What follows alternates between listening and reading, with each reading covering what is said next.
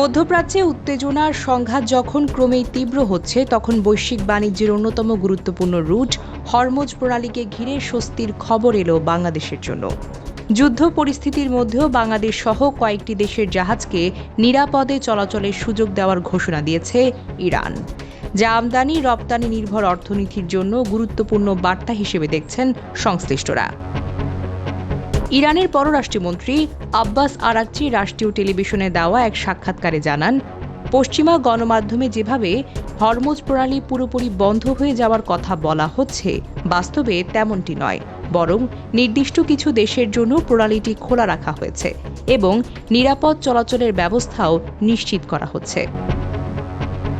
তিনি বলেন, বিভিন্ন দেশ ও জাহাজ মালিকের পক্ষ ইরানের সঙ্গে যোগাযোগ করছে, যাতে তাদের জাহাজ নিরাপদে এই গুরুত্বপূর্ণ জলপথ অতিক্রম করতে পারে। যেসব দেশকে ইরান বন্ধু প্রতিম হিসেবে বিবেচনা করছে বা বিশেষ অনুমতি দিচ্ছে, তাদের জন্য সশস্ত্র বাহিনীর মাধ্যমে নিরাপত্তা নিশ্চিত করা হচ্ছে। আরাকচি উদাহরণ হিসেবে চীন, রাশিয়া, পাকিস্তান, ইরাক ও ভারতের নাম উল্লেখ করেন। তিনি জানান, কয়েকদিন আগেই ভারতের দুটি জাহাজ নিরাপদে প্রণালী অতিক্রম করেছে। একইভাবে বাংলাদেশ সহ আরও কিছু দেশ ইরানের সঙ্গে সমন্বয় করে এই সুবিধা পাচ্ছে এবং ভবিষ্যতেও তা অব্যাহত থাকবে বলে ইঙ্গিত দেন তিনি।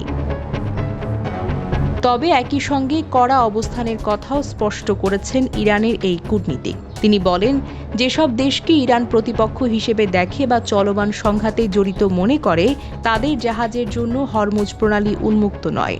বর্তমান পরিস্থিতিকে যুদ্ধাবস্থা উল্লেখ করে তিনি বলেন, শত্রু ও তাদের মিত্রদের জন্য এই পথ ব্যবহার করার কোনো সুযোগ নেই।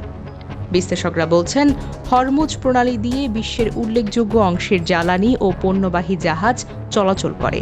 এমন পরিস্থিতিতে বাংলাদেশ সহ কিছু দেশের জন্য নিরাপদ করিডোর নিশ্চিত হওয়ার বিষয়টি শুধু কূটনৈতিক নয়, অর্থনৈতিক দিক থেকেও বেশ তাৎপর্যপূর্ণ।